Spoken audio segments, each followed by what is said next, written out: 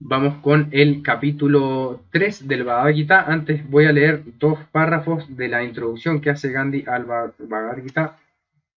Dice, respecto de su deseo de crear una nueva traducción, porque no habían disponibles para él en su época traducciones lo suficientemente buenas, dice, este deseo no significa ninguna falta de respeto hacia otras traducciones. Ellas tienen su propio lugar, pero no estoy enterado de la afirmación hecha por los traductores respecto al significado del Gita en sus propias vidas. Mi estudio está respaldado por la decisión de un esfuerzo por observar su significado en mi propia conducta por un periodo ininterrumpido de 40 años. Por esa razón abrigo el deseo de que todo hombre o mujer Gujarati, que es el pueblo natal de Gandhi, que desee modelar su conducta de acuerdo con su fe, pueda digerir y sacar fuerzas de la traducción que aquí presento. Mis colaboradores también han trabajado en esta traducción. Siendo muy limitado mi conocimiento del sánscrito, yo no podía tener plena confianza en mi traducción literal, por lo tanto, la traducción pasó por los ojos de, bueno, y él menciona a las personas que lo han ayudado. Entonces, lo interesante de la traducción de Gandhi es que él hace una interpretación, ¿no? Pero desde su esfuerzo y su dedicación y de usarlo como texto espiritual durante sus 40 años de misión, podríamos decirlo. Eh, por eso me parece que, a pesar de que sea una traducción quizá no tan estricta en cierto sentido, de hecho algunos mismos pasajes él más adelante dice que no los logra interpretar del todo o que no está de acuerdo con ellos, sí, la esencia del Gita él la toma en base a su propia misión espiritual.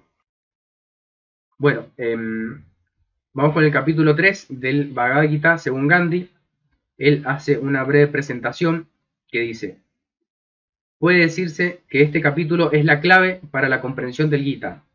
Deja claramente establecido el espíritu y la naturaleza de la acción correcta y muestra cómo el verdadero conocimiento debe expresarse en actos de servicio desinteresado.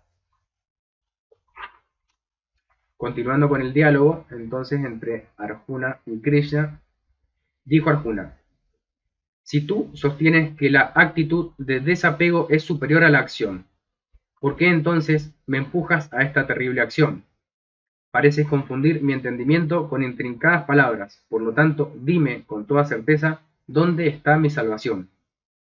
Arjuna se muestra perplejo porque mientras por una parte es reprochado por su cobardía, por otra parece ser aconsejado a abstenerse de la acción.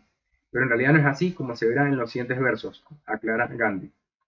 Dijo Krishna: te he hablado antes, oh impecable, de dos actitudes en este mundo, la de los samkhyas por el yoga del conocimiento y la de los yogis por el yoga de la acción.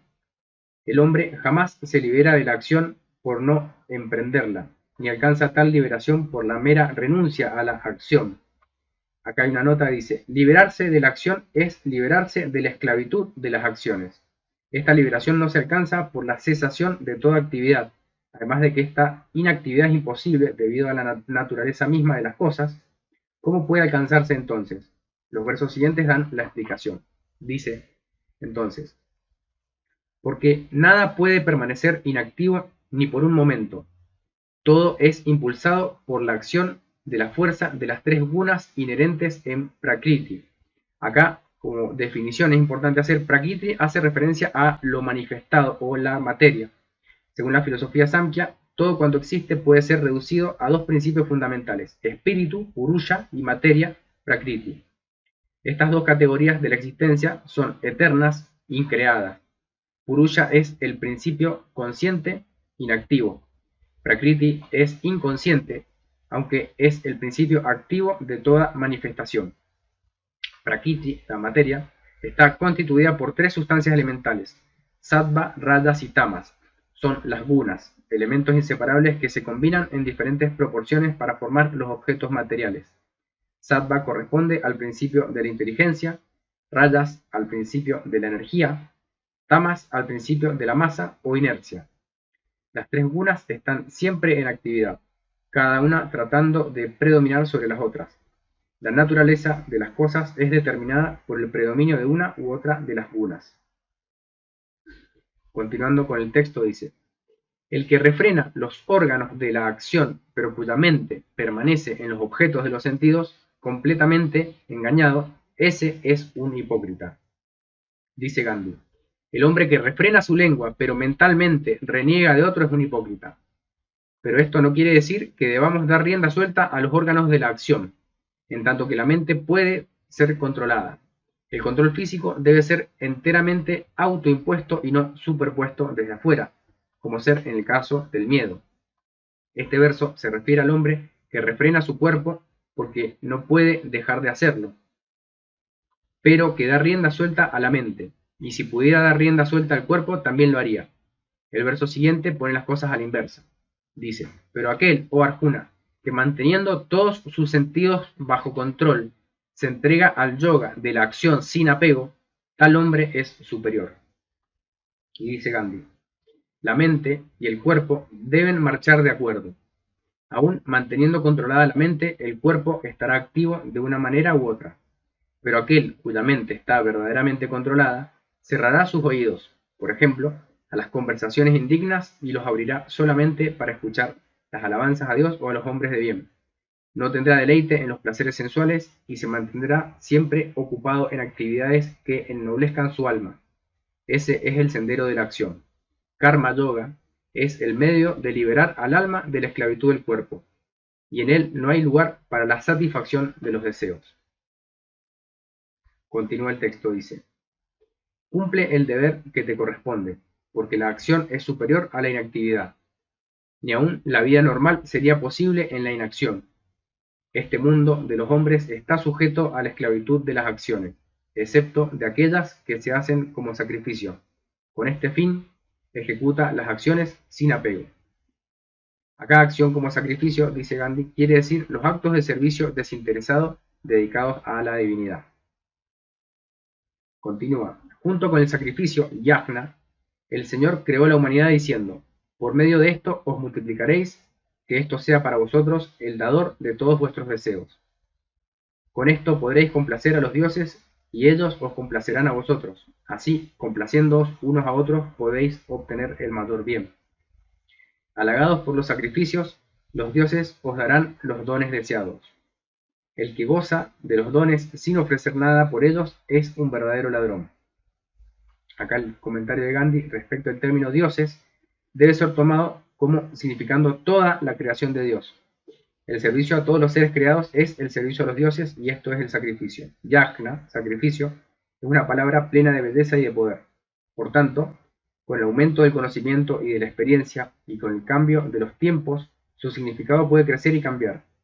Yajna literalmente significa culto, de ahí sacrificio, de ahí cualquier acto de sacrificio o cualquier acto de servicio.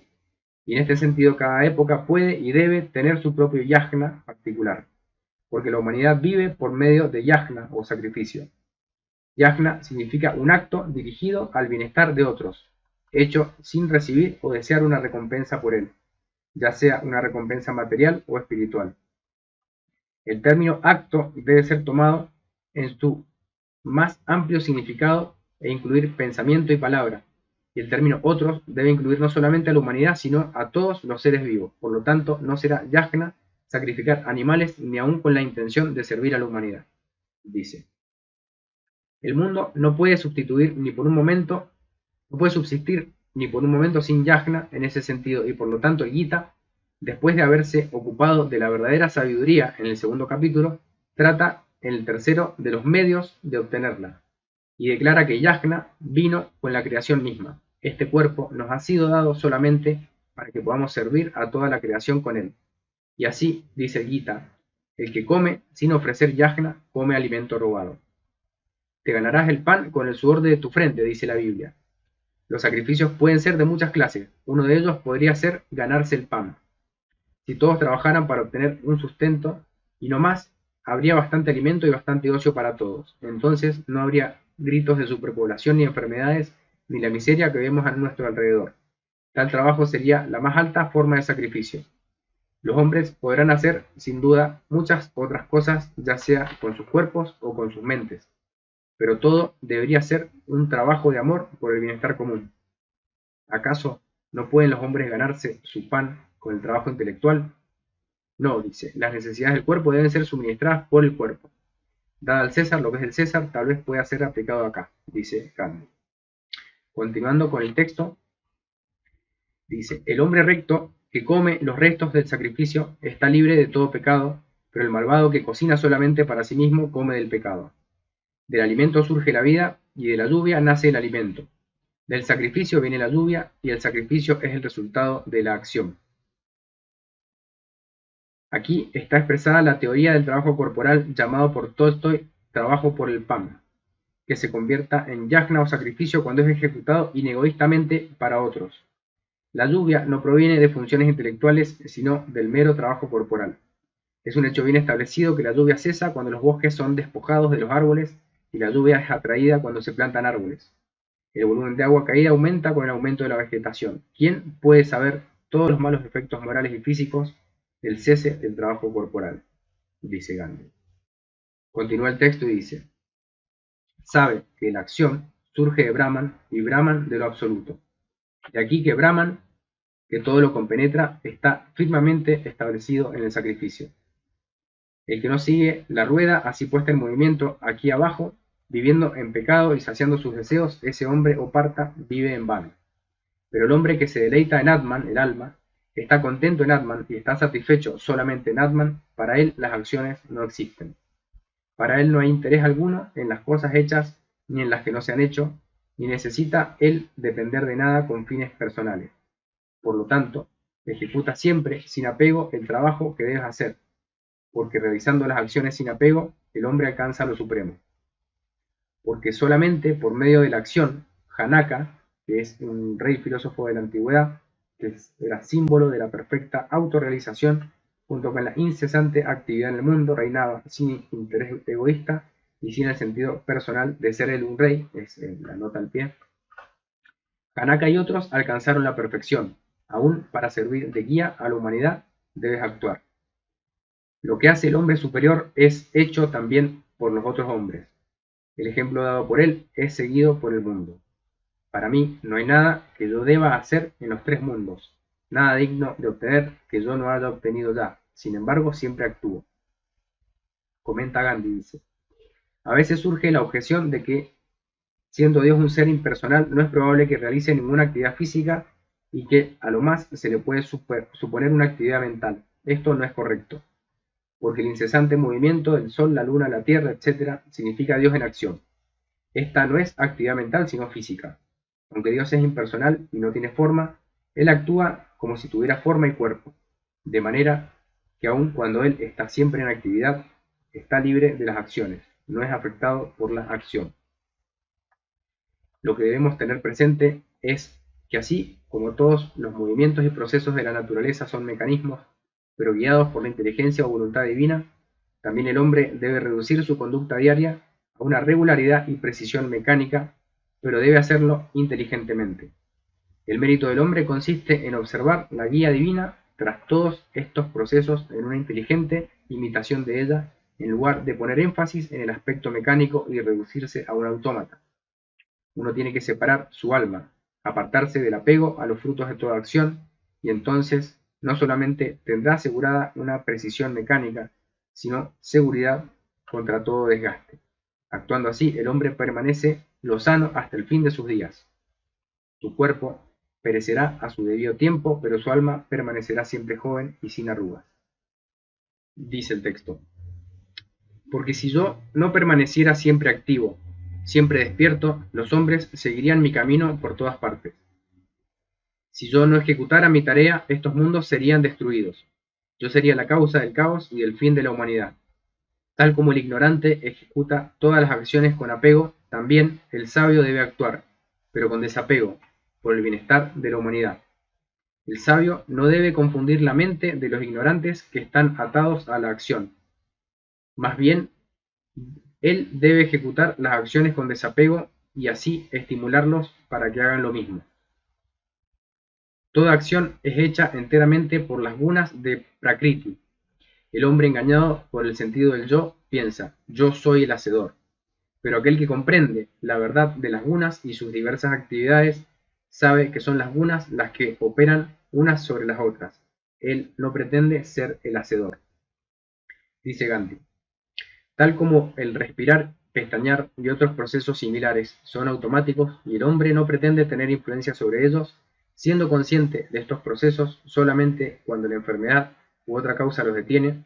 De la misma manera, todas sus actividades deberían ser automáticas, en el sentido de no arrogarse la causa o la responsabilidad de ellas.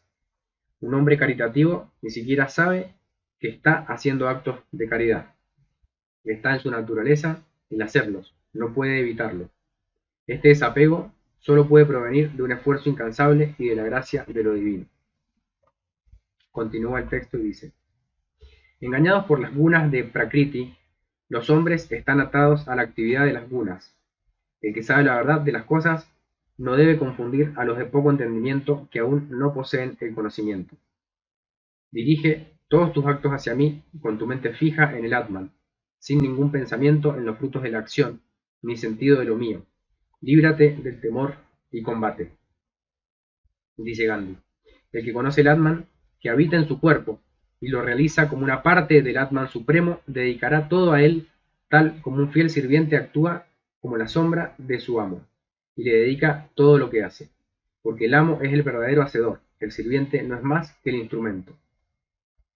Continúa el texto y dice: aquellos que siempre actúan de acuerdo a las reglas que aquí he establecido, con fe y sin cavilaciones, ellos también están liberados de la esclavitud de las acciones.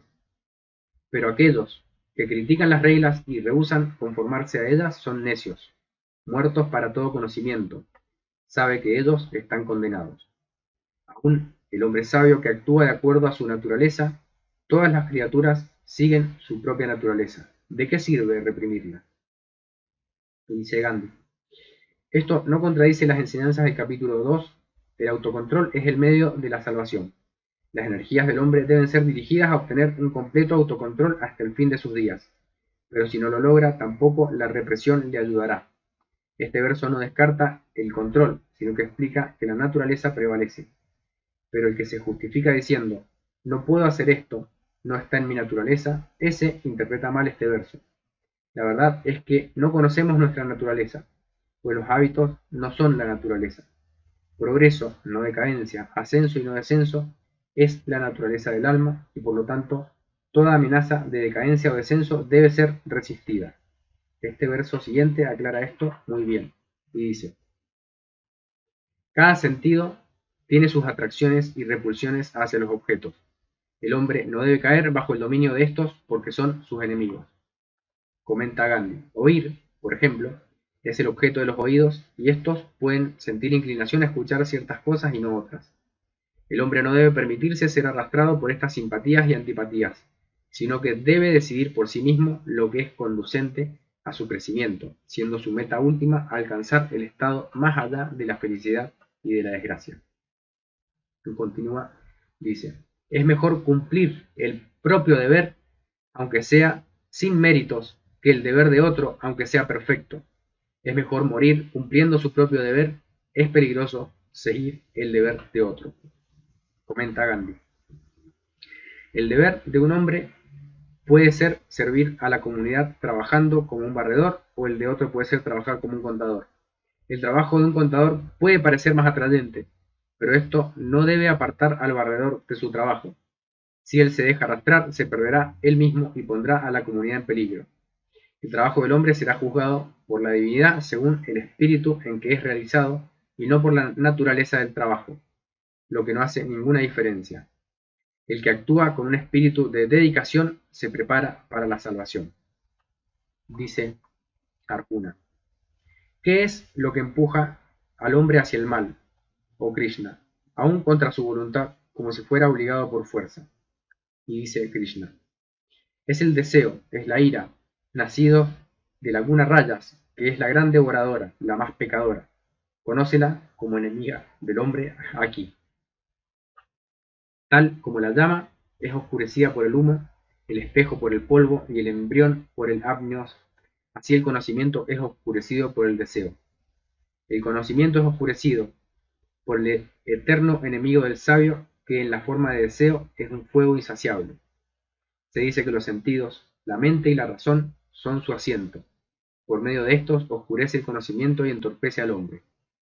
Cuando el deseo, dice Gandhi, se apodera de los sentidos, la mente se corrompe, la discriminación se oscurece y la razón se arruina.